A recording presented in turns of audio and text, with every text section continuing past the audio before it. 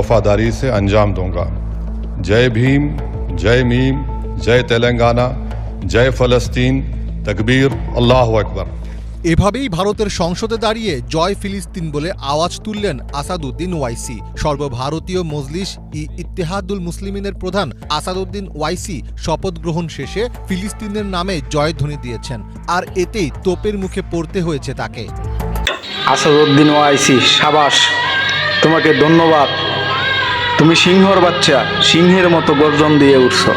তোমার মতো নেতৃত্ব প্রয়োজন। এত বছর ধরে তো মুসলমানে তোমাকেই খুঁজতেছে। তোমার মতো নেতার খুব অভাব। যেরকম সালাউদ্দিন আইয়ুবে আসিল, সে তেরকমভাবে তুমি গর্জন দিয়ে উঠছ। তোমাকে ধন্যবাদ দেই। হাজার হাজার হিন্দুত্ববাদী এমপির সামনে পার্লামেন্টের মাঝে তুমি দাঁড়ায়া যেভাবে বুক কুলায়া ফিলিস্তিনিদের পক্ষে স্লোগান দিছ, জয় ফিলিস্তিন জয়, সাবাস। এই জন্য তোমাকে ধন্যবাদ দেই। তুমি সত্যিকারের মুসলমান, তুমি সত্যিকারের একজন রাজনীতিবিদ, তুমি সত্যিকারের একজন নেতা। তোমাকে নিয়ে আমাদের গর্ব হয়। তুমি আমাদের মুসলমানের অহংকার, আমাদের যুব সমাজের আইকন। তোমাকে ধন্যবাদ দেই। সাবাস লাগে, হিম্মত লাগবো। এভাবে হুঙ্কার দিলে হিম্মতের প্রয়োজন। মুসলিম নেতারা সাহস আছে। মুসলিম হলো সিংহর বাচ্চা। হাজার হাজার এমপির সামনে কিভাবে হুঙ্কার দিল, এটি হলো বাঘের বাচ্চা। মুসলমান হারতে শিখেনি, কখনো হার মানে না। মুসলমান মৃত্যুর সাথে যুদ্ধ করবে, তার বাদেও বিধর্মীদের কাছে হার মানবে না। সাবাস নেতা তুমি। তোমাকে তো এতদিন ধরে মুসলমান খুঁজতেছে। তোমার মতো নেতা তো মুসলমান সমাজের মাঝে নেই, বড় অভাব। আশা করি সামনের দিন তুমি ভারতবর্ষের মাঝে নেতৃত্ব দিবা। ওয়াইসি তো বলছেই যে পারলে তোমরা দেখাও আমাকে। এটা বলা যায় না, এটা কোনখানে লেখা আছে তোমরা বলো। আমি তো বলছি যে ফিলিস্তিন জয়, ফিলিস্তিনি জয়। এটা বলা কি অপরাধ? এটা বলা কি অন্যায়? এটা বলতে পারে না? এটা কি তার অধিকার নেই? সে কি সংসদ সদস্য না? 5 বারের সংসদ সদস্য, হায়দ্রাবাদের 5 বারের সংসদ সদস্য। একই তো নেতা বলে মানুষে। এরই তো বড় প্রয়োজন।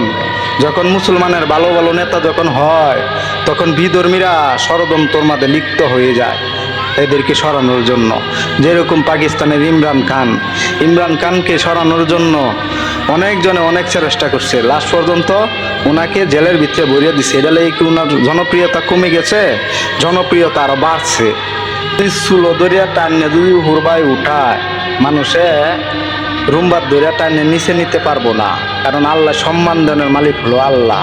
তা আসাদুদ্দিন ওয়াইসি যে কাজটা করছে, এটার লাগে উনি আমার কাছে খুব জনপ্রিয় হয়ে গেছে। ওনাকে খুব আমি ভালোবাসি। উনি সত্যি একজন মুসলিম নেতা। আমি মন থেকে বলতেছি, উনি মুসলিম নেতা। ওনারই বড় প্রয়োজন। ভারতের মাঝে যে মুসলমান নির্যাতন নিপীড়িত হইতাছে, এজন্য ওনাকে প্রয়োজন। উনি আশা করি সামনের দিনে পুরা ভারতবর্ষের মধ্যে নেতৃত্ব দিবে। ওনাকে নাকি ওরা জিন্নের সাথে তুলনা করছে। উনি কি জিন্নের মতো হয়েছে? উনি কি হিন্দুরা বিশ্বাস করে না? হিন্দুরা রূপে কি অত্যাচার নির্যাতন করে না? করে না। উনি তো বলছে যে আমি হিন্দুত্ববাদীর বিরুদ্ধে না, আমি হিন্দুরারে শ্রদ্ধা করি। আমার কাছে মুসলিম, হিন্দু, খ্রিস্টান, বৌদ্ধ সকলেই আমার কাছে সমান। সকলেই মানুষ, পরিচয় একটা, সকলেই মানুষ। কিন্তু বিজেপির যে সংসদ সদস্য আছে, যে হিন্দুত্ববাদী মোদির যে সংসদ সদস্যরা আছে, ওরা মানে না। ওরা নাকি বলে এটা বলে সংবিধান বিরোধী। কোনখানে লেখা আছে সংবিধানের? সংবিধান কে বানাইছে? তৈরি করছে কেডা? সংবিধান বানায় কে? সংবিধান বানায় কেডা? মানুষে বানায় না? তাহলে সংবিধানের মধ্যে লেখা নাই কেন? তোমরা যখন ওই যে ইয়াবের পক্ষে কথা বলো, তখন কি আমরা কি বাধা দেই? বাধা দেয় না। তোমরা তো বাংলাদেশের বিরুদ্ধে কথা বলো, বাংলাদেশ লইয়া যে কথা বলো তোমরা পার্লামেন্টে, আমরা কি বাধা দেই? কোনো মুসলমান কি বাধা দেয় গিয়া যে ভারতের মাঝে যে তুই বাংলাদেশ লইয়া কথা কইলি কে?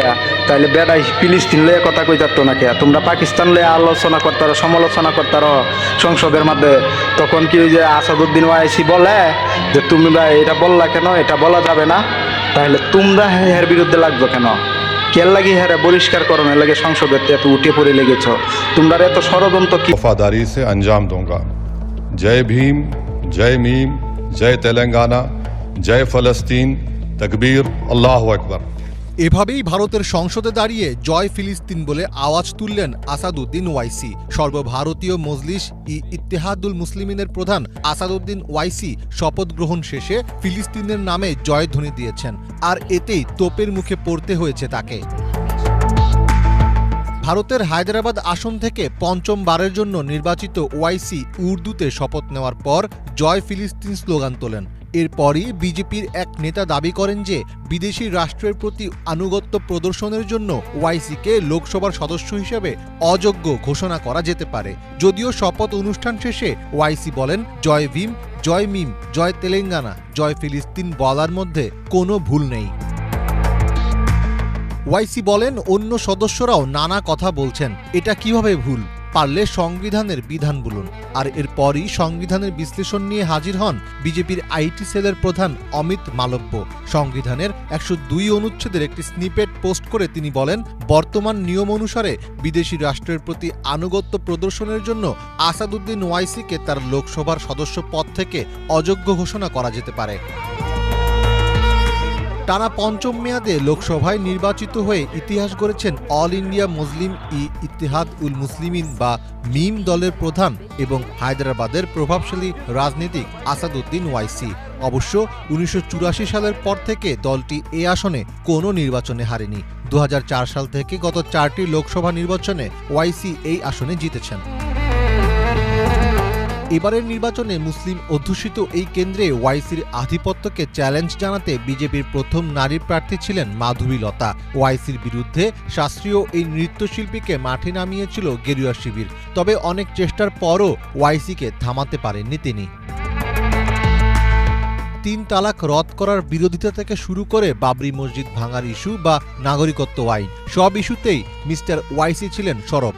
অনেকের মতেই ভারতীয় মুসলিমদের ভবিষ্যতের নতুন নেতার ভূমিকায় আসতে যাচ্ছেন তিনি। ১৯৬৯ সালের ১৩ মে হায়দ্রাবাদের জন্ম আসাদুদ্দিন ওয়াইসির। তার বাবা সালাউদ্দিন ওয়াইসিও ছিলেন একজন সাংসদ। আসাদুদ্দিন পেশায় একজন ব্যারিস্টার। লন্ডনে আইন নিয়ে পড়াশোনা করেছেন তিনি। সংসদে সবচেয়ে বেশি উপস্থিতির বিশেষ নজিরও রয়েছে তার।